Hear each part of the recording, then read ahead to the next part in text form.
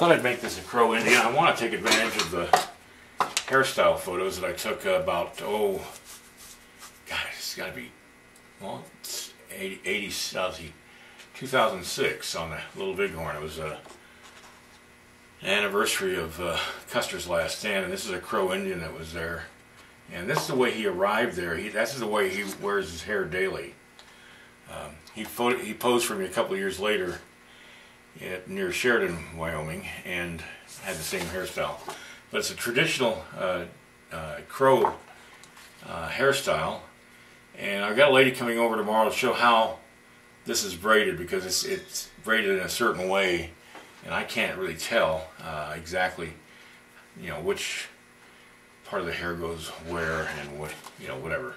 And so she's going to come over tomorrow just to show me, and I'm going to just come in long enough to video her hair being braided so I can get the feel for it.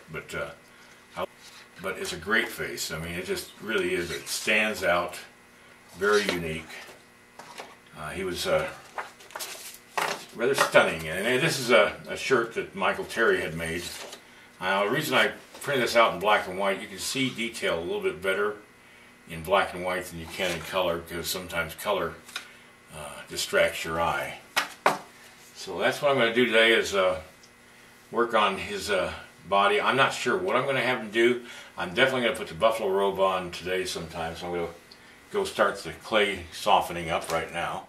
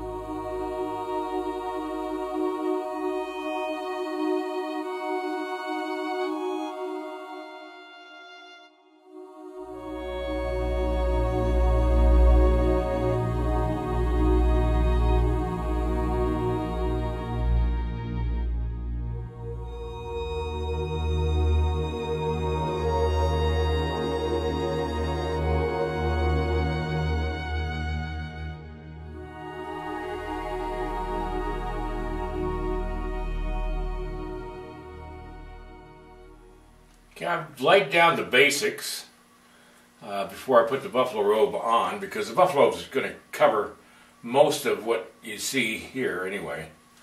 But I just wanted to get something underneath the buffalo robe, and it's going to completely cover this arm and hang down here, but I wanted to get the legging and the loincloth at least on.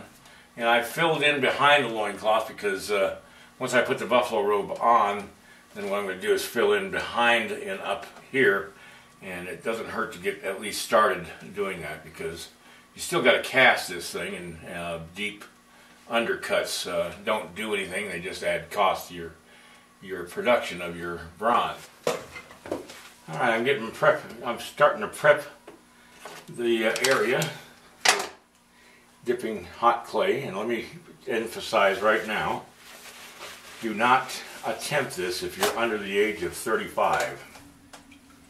Now I'm letting it drip into the pan. Okay, I'm going to go over his left shoulder first, and I'm going to do this carefully as I can. Okay, I need something to hold it up there, so take the forceps off, and I'm just going to use a fondue stick. That just keeps it from sliding down. Now I'm going to pull it out away from the body. little bit. And you're going to have to form it as it cools, because you don't want to settle for just what you get. Believe me, this does not pardon you from having to do some sculpting, because you still have to sculpt the robe. What I'm thinking on the subject matter is it's early morning, he's standing by a fire and just warming himself with this buffalo robe over his body. And then off in the distance he hears a noise, and it puts him a little bit onto the alert. Now you see why I didn't do the face beforehand.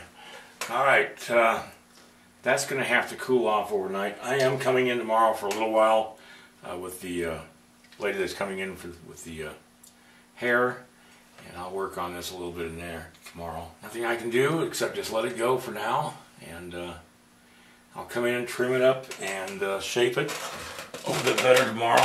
Well, that's going to be it for tonight, and I'm just going to let this cool off and come in tomorrow for a little while. I got to come in anyway. And so I'm going to call it quits for now, and come in tomorrow and just shape this thing a little bit, because right now it's just a little too hot and soft to be playing with. I'm going to shape it to look like a buffalo robe with tail and stuff like that, and it'll look a lot better by tomorrow.